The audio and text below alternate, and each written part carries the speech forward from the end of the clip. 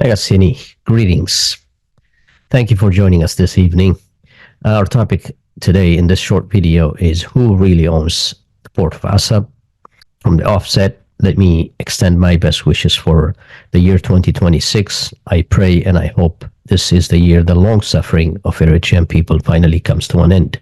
Dear friends, as we continue defending the rights of self-determination of our indigenous Afar nation in Eritrea, we share this short video to challenge the colonial narratives advanced by the Eritrean State, exposing its distortion of the Afar history, discriminatory state-building agenda, and the state-sponsored egregious violence against our people in Dankalia, our traditional homeland in Eritrea. These colonial narratives include the weaponization of Eritrean sovereignty to deny the Afar people the rightful autonomy within the country, state policy that marginalize and erase the traditional customary law and the Afar land rights, thereby fueling the ongoing marginalization of our people in Eritrea. The questions surrounding Assab Port, who truly owns it, and what is driving the distortion behind disempowerment of Afar people in Eritrea. To put things in perspective regarding the internal colonization of Afar in Eritrea, let's now look at some historic facts. 156 years ago today, the European colonial powers first arrived on the shores of the sovereign Afar nation's territory, a region known as the Afar Triangle in the Horn of Africa. This initial colonial incursion, known as the Scramble for Africa, shattered the once unified Afar family, dividing them among the modern states of Ethiopia, Djibouti, and Eritrea. Eritrea, which was born as a result of this colonial construct, has never recognized the pre-existing history of the Afar nation since attaining its independence from Ethiopian rule in 1991. Immediately after following the independence, the Eritrean regime imposes an exclusionary state-building ideology that suppressed the pre-existing political, cultural, and economic identity of the Afar people. This deliberate policy was designed to forcibly assimilate indigenous Afar into a state-sponsored, a single cultural identity dominated by hegemonic group. This Eritrean state-sponsored ideology outlawed traditional Afar governance by dismantling ancient Afar customary laws which had sustained autonomous functions, land rights, and resource allocation within the Afar societies for centuries, dismissing them as archaic and outdated. This erasure of Afar self-rule forms the cornerstone of racial supremacy policy outlawed in Eritrea's 1994 Land Reform Proclamation.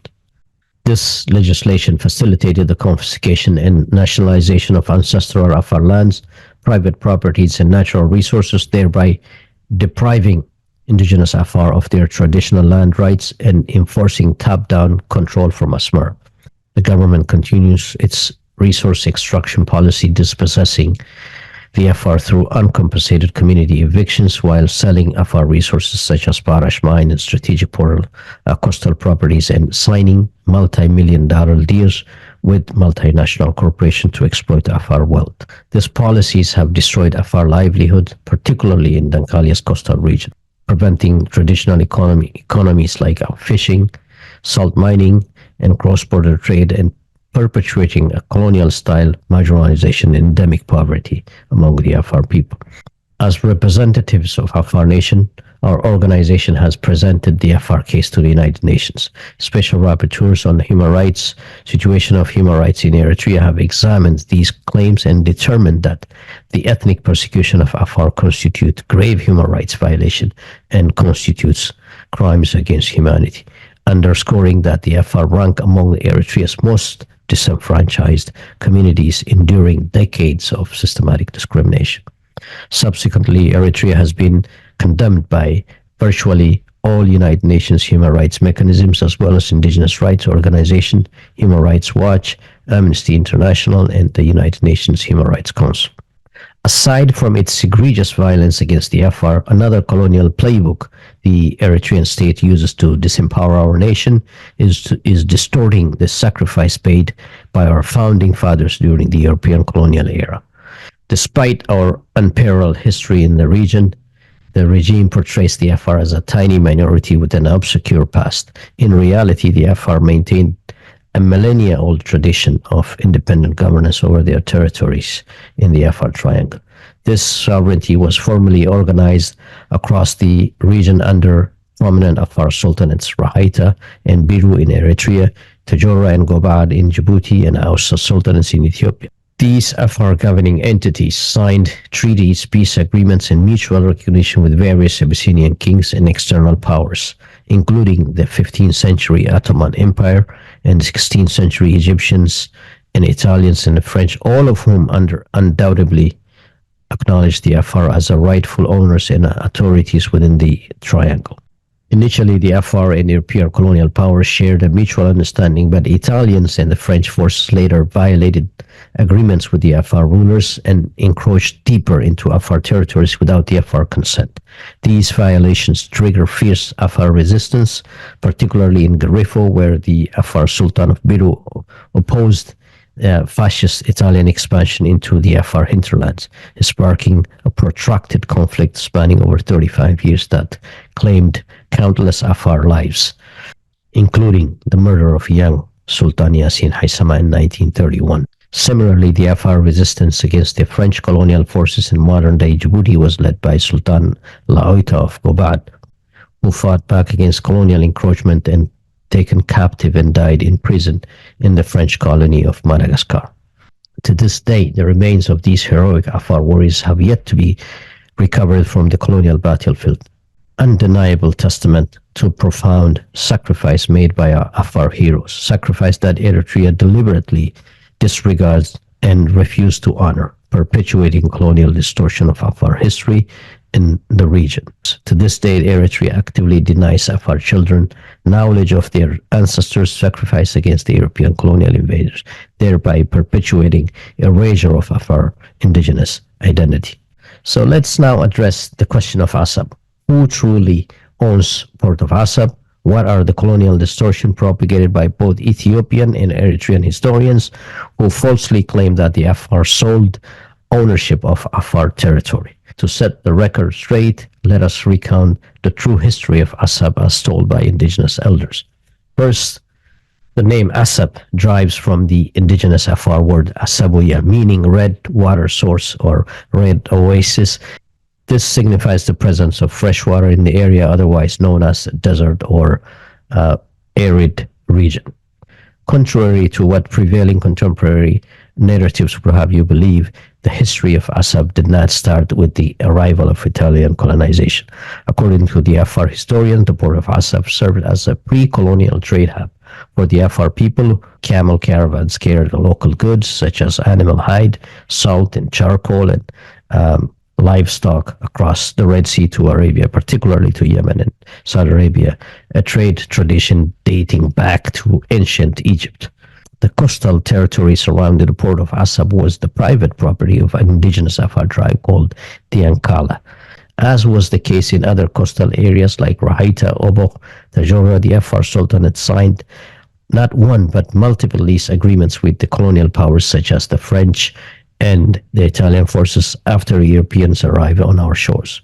While it's true that the Afar chiefs of Ankala signed an agreement with the Italian corporation in 1869 to use part of the coastal region for a limited time, there is no proof that they sold the property to Italians. Even if they had, no one today can claim to greater entitlement to Assab than the indigenous Afar based on the colonial transaction. No Afar sold their territories. This is another blatant distortion designed to delegitimize our historical land rights and justify ongoing dispossession of our people.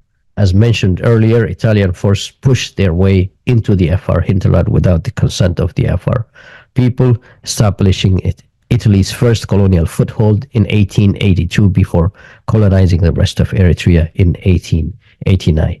After Italians were defeated at the end of the World War, the United Nations federated Eritrea with Ethiopia in 1952, granting Ethiopia control of Assab nearly for 40 years. While far from ideal, Ethiopian rule allowed the Afar to retain a measure of local autonomy, securing port jobs, access to the indigenous economy, and trickle-down economic benefits for border communities along the Assab corridor, all of which come to an abrupt end in 1991 with the Eritrean independence. Regrettably, some of these distortions have made its way to Eritrean oppositions in diaspora. This brings me to my final point, to my fellow opposition groups in diaspora. Before I ask you to support Afar autonomy in Eritrea, which we believe will address the unique, historical, and ongoing grievances of Afar nation, while providing a practical path forward for a nation building, one that fosters genuine national unity and averts irredentism and future conflicts and division among us. First, let's consider the event that shaped the Afar reality today, the original sin of colonial fragmentation of our nation. A colonial legacy at the heart of modern state formation, where borders were drawn on the back of our indigenous nation, fragmenting it culturally and politically and economically, and that fragmentation persists to this day. Secondly, we want you to consider, despite the immense suffering and ongoing repression under the current Eritrean regime, we, the Afar nation of Eritrea, assure you our struggle neither seeks to redraw the colonial borders nor attack on Eritrean sovereignty.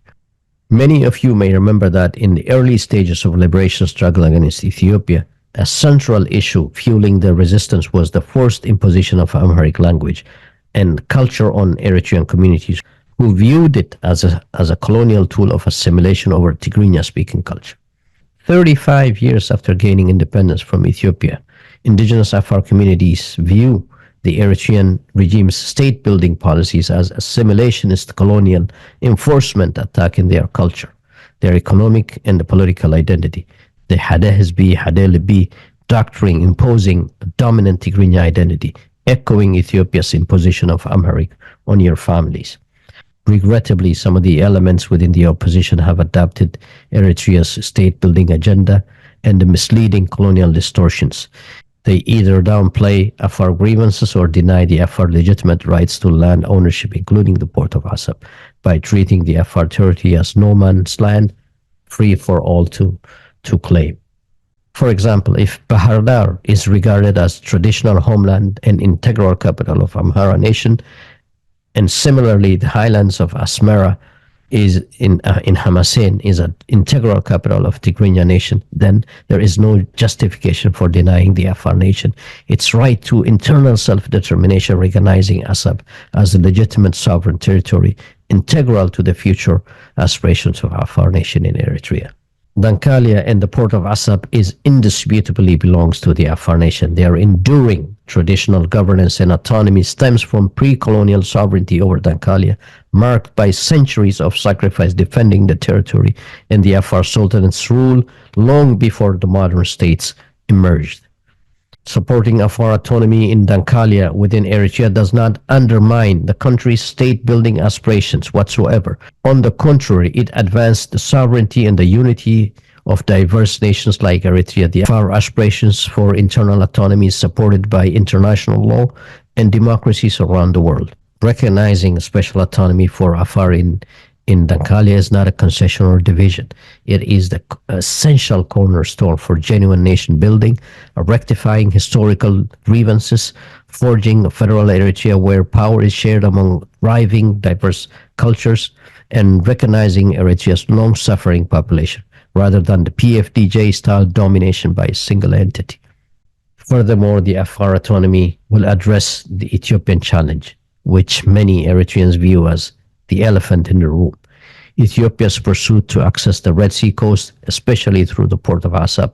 As mentioned earlier, the Afar experience in Ethiopia stands in stark contrast to that of Eritrea.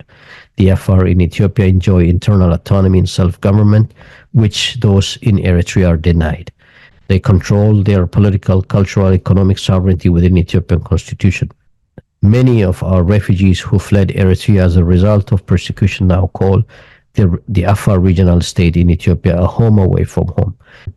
Growing up in Assab, under Ethiopian rule over Eritrea, the Afar had far better experience as a nation, enjoying freedom of mobility and cultural and economic tie with their kinfolks in Ethiopia, in Eritrea. This is now a distant memory for our nation, both in Eritrea and Ethiopia.